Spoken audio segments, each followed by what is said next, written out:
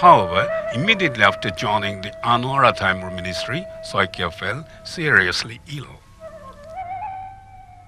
1980 চনত তেখেতৰ কিডনিৰ অসুখত পৰিছিল তেতিয়া মই লগত নাছিলো মই খবৰ পাই আহিলো যেতিয়া আহি পাইছো তেতিয়া তেখেত মিলিটাৰী হস্পিটেলত ভৰ্তি হৈছে তাৰ পিছত আমি তেখেতক লৈ গৈছিলো কলিকতাৰ বেলিভিউ হস্পিটেললৈ তাৰ পিছত বেলিভিউৰ পৰা জছলুক হস্পিটেললৈ আৰু তাত গম পাইছিলো তেখেতৰ কিডনি নষ্ট হৈছে আৰু নতুন কিডনি সংযোজন কৰিব লাগিব এই খবৰত আমি মৰ্মাহত হৈ পৰিছিলো কিন্তু পৰিয়ালৰ লোকে যিখিনি সমৰ্থন সেইখিনি সময়ত যোগালে সেইখিনিৰ কাৰণে মই মৃত্যুৰ মুখৰ পৰা ঘূৰি অহা যেন পালো তেখেতৰ সৰু ভাইকে কিডনি দান কৰিলে আৰু এই operation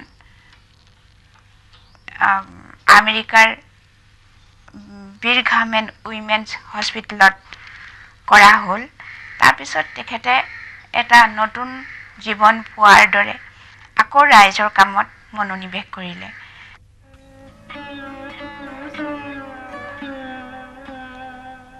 Meanwhile, with his ailing health, Saikia made work his religion with very little food and sleep. Apart from this, he provided funds for the construction of school buildings, libraries, laboratories and others, and also provided regular state help to various madrasas. Forgetting about his conditions, he was more concerned about the well-being of the poor. মানে মানুহজন প্ৰথমতে যেতিয়া minister হৈছিলে তেতিয়া তেখেতটো vice principal হৈ আছিল তো গড়গাঁও কলেজৰ তাৰ পৰা আহিছিলে তেতিয়া বেছ আৰু ডেকা বয়সৰ নিচিনাই আৰু বেছ উদ্যমো আছিলে যেতিয়া অসুখটো হৈ গ'ল যে তেখেতৰ অসুখটো হোৱাৰ পৰা অলপ মানে মানসিক হিচাপে অলপমান দুৰ্বল হ'ল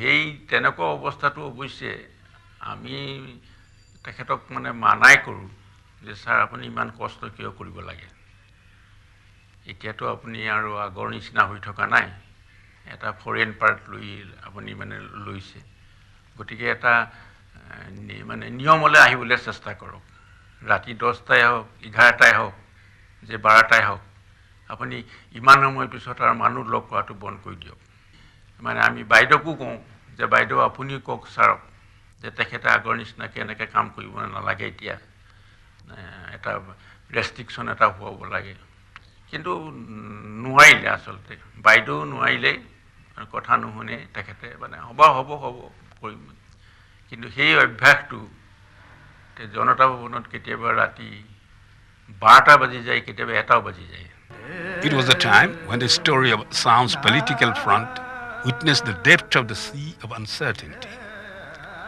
On the other front, Assam witnessed an extended upsurge. The state was in flames, a phase which can be considered as the crisis era that the state had ever faced.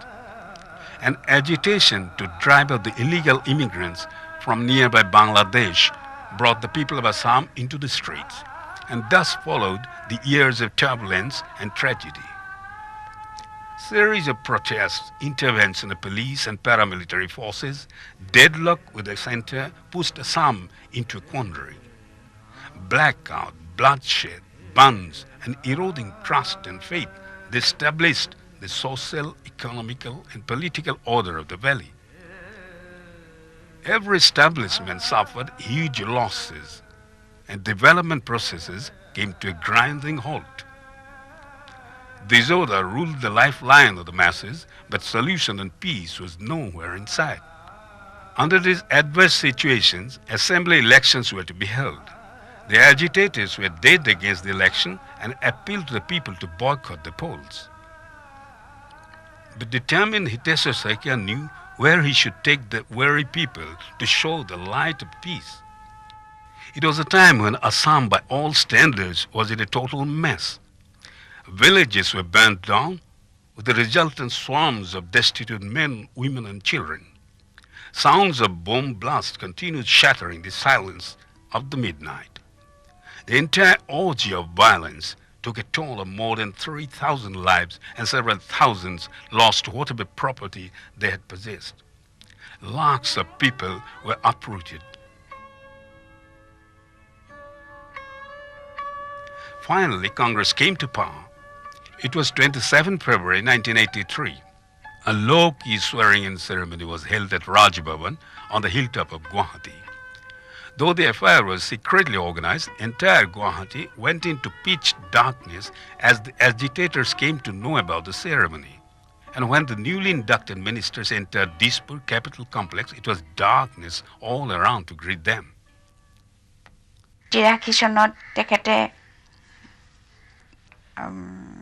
মুখ্যমন্ত্ৰী হ'ল আৰু সেইখিনি সময়ত ৰাইজৰ কাৰণে তেখেতে সমস্ত উজাৰি কাম কৰিবলৈ চেষ্টা কৰিছিলে আৰু বহুতো বিজ্ঞ লোকে বহুতো শিক্ষাৰ লগত জড়িত লোকে বহুতো সচেতন ৰাইজে অসমৰ ভাৰতৰ কয় যে সেই 83 চনৰ পৰা 85 লৈকে এই সময়ছোৱাত যিখিনি কাম কৰা হ'ল সেইখিনি অসমৰ ইতিহাসত এক বিৰল দৃষ্টান্ত. The darkness was apparent. Assam had bled like never before, and it was the time when the peaceful, traditionally harmonious, composite society of Assam was ravaged by a bloody holocaust, as even peace-loving sections of the citizens were turned into murderous mobs, satisfying their insane fury with each other's blood. It was a different Assam, with its tradition of peace and communal harmony literally sacrificed in the blood-stained fields at Nelly and Gopur. Assam was in the grip of devil's wicked furor, and it was a time when against this devilish dance of the demons stood the lone Crusader. On the 15th day of August 1985, the Assam Accord was signed at the initiative of the then Prime Minister of India, late Rajiv Gandhi.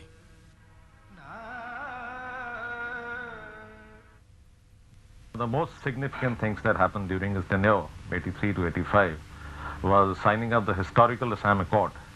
If you remember that all Assam Students Union had launched a massive agitation, and there was total turbulence in the state at that point of time. And it was largely due to his dynamic efforts that he could manage to persuade Rajiv ji, and then finally we reached historic Assam Accord, and in which there was very little for him, because consequently, as a result of Accord, he had to step down as a CM and pay way for the fresh assembly elections. But I think that was his magnanimity as a leader, because in larger interest of restoration of peace and harmony in the state, I think he made this kind of contribution. In response to the wish of the party high command, as also Rajiv Gandhi, Hiteswar Saikia decided to dissolve the assembly and face fresh elections. In that election, the movement leaders were able to form a regional party government in Assam with the unprecedented support of the Assamese voters. At that time, Hiteswar Saikia had made a temporary exit from the political scenario of Assam and had exhibited his masterly efficiency as the governor of Mizoram. During his tenure as the governor of the hill state, a permanent solution to the prolonged insurgency problem of Mizoram was found out.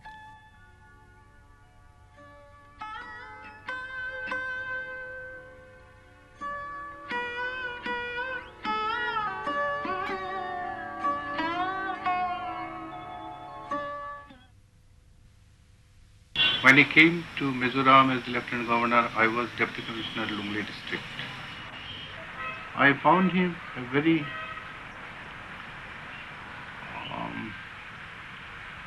considerate man and a very good administrator.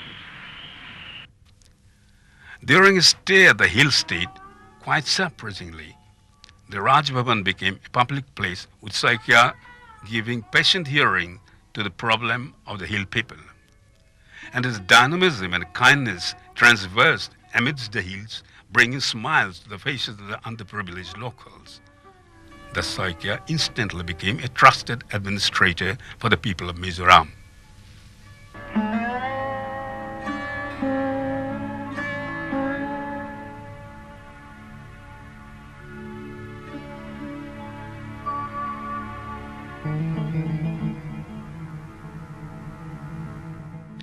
But undercurrents of crisis made Rajiv Gandhi invite Hiteswar Saikia back to Assam.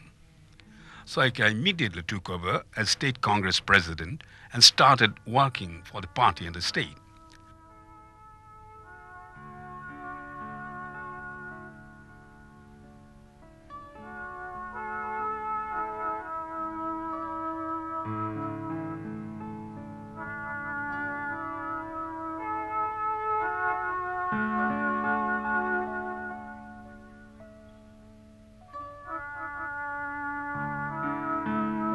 The comeback was widely acknowledged by the people.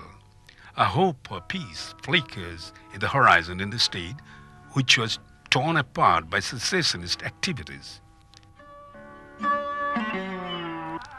The entire state was in a form of total disorder. The militants went on their killing spree with sophisticated weapons. In order to take revenge on Hiteswar Saikia, the militants started making attempts on the lives of the members of his family. Hiteswar Saikia was able to reorganize and rejuvenate the Congress in 1991, and under his leadership, the Congress again captured power in Assam.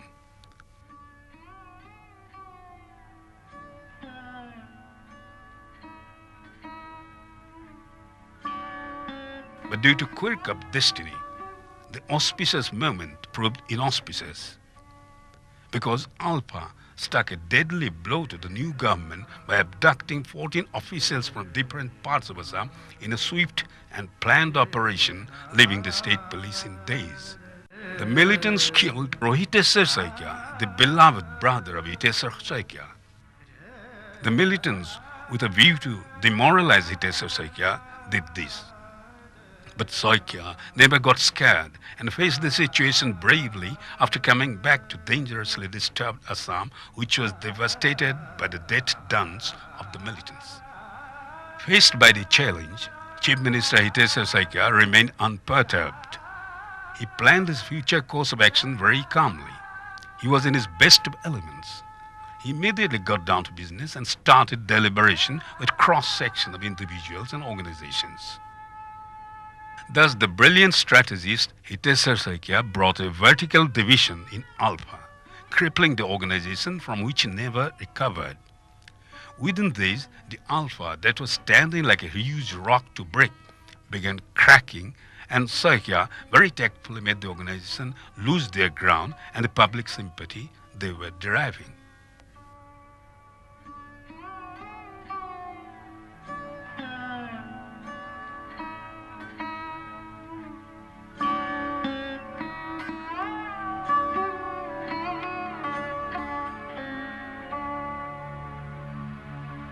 Within that tenure as the Chief Minister of Assam, the Boro Accord signed on 28 February 1993 proved to be an important achievement of Hiteswar Saikia.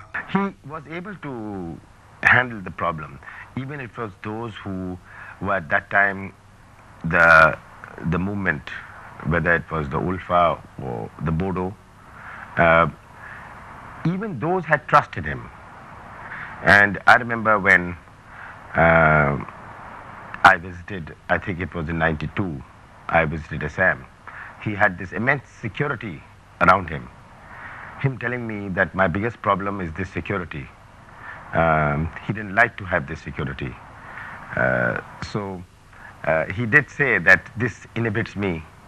This makes me feel as if I am insulated from the people. I think he played a very major role. And if it was not for Mr. Saikia, the problems would have only enlarged. His government, after thorough verification, announced the formation of the Bodoland Autonomous Council with about 2,500 villages. After his sudden demise, that dream has remained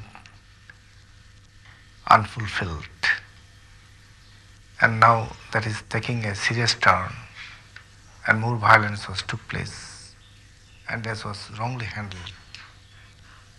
And I do believe that he has sincere effort, but due to some autocratic view of at bureaucrat levels, what he thought, what he wanted to do something, that was not fulfilled. And I hope that if Honorable Hiteswar Saikia would have been there, something would have been done for the betterment. Because everybody wants to live in peaceful flourishments with their own distinct culture, language and literature, and the protections of their lands and others. And I should say, next to this Gopinath Bordoloi, I think he was the able leaders who could lead Assam, who could lead Assam in a new dynamic or development area. Everything in the trouble-torn state began coming to a state of peace and harmony when he succeeded in bringing the situation back to normalcy, as also creating an atmosphere of brotherhood among different sections of the people. Several fatal attempts were made on his life, but still nothing could stop him from any of his efforts to be with the people.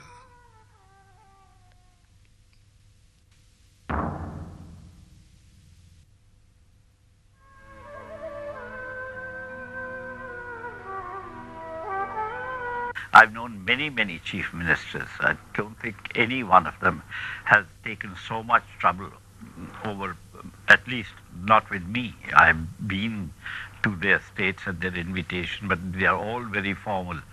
Some official coming to receive me, putting me up in the government guest house and showing me around, in one meeting with the chief minister, and that was it. But not with Saikia. It was quite different. Within the few meetings, he succeeded in establishing a personal contact with me and talking to me on the phone, inviting me, turning up wherever I was. I was overwhelmed with his generosity and goodness. These things are not found in other chief ministers, past or present. I've known a great number of them because of being a political journalist, but never have I come across a character quite like Hiteswar Saikia. He was much more than a politician. He was a leader, he was a statesman, and I think he truly was what the Northeast needs very badly today. And he was endeared to all. Everybody accepted him as a very important leader of not only Assam, but of the region and as a national leader. This is natural. There will be void, and the void is to be filled in. There cannot remain vacuum. So he made his contribution, and we shall have to take up the thread where he left and build up the state, build up the party for which he spent his life. Late Saikia was a man of a large-hearted man. With that smiling face, he vanquished his critics. He was a man perhaps mostly criticized. Of all the chief ministers I have seen, he was mostly criticized. Everyone criticized him for anything. But there were millions of people who were helped by him monetarily or otherwise. আচলতে হিতেশ্বৰ শইকীয়া ইমান কন্ট্ৰভাৰ্চিয়েল হ'ব নালাগিছিল। তেওঁ অসমখনক ইমান ভাল পাইছিলে, অসমৰ সকলো সমস্যাই তেওঁ নিজে জড়িত হৈ পৰিছিলে। আজি তেওঁ মানুহে তেওঁক কন্ট্ৰভাৰ্চিয়েল কৰিলে। তেওঁ অসমৰ ইমূৰৰ পৰা সিমূৰলৈ বিভিন্ন জাতি উপজাতি আজি আমাৰ অসমত যিমানবিলাক সমস্যা আছিল সকলো মানুহকে লৈ তেওঁ এখন বৃহত্তৰ অসমীয়া অসমখন গঢ়ি তুলিব খুজিছিল। সেইটো কৰিবলৈ যাওঁতেই তেখেত আজি বিতৰ্কিত পুৰুষ হৈ পৰিল। আচলতে তেওঁ বিতৰ্কিত পুৰুষ নহয়, তেওঁ অসমখনক ভাল পাইছিলে অসমৰ উন্নতিৰ কাৰণে তেওঁ বহু চেষ্টা কৰিছিল You ask anything for humanitarian reason, he will come forward. He once helped a patient to go to London for treatment. Through me, 3.5 lakhs rupees. Patient's mother want to contact with him to show her gratefulness to Saikia.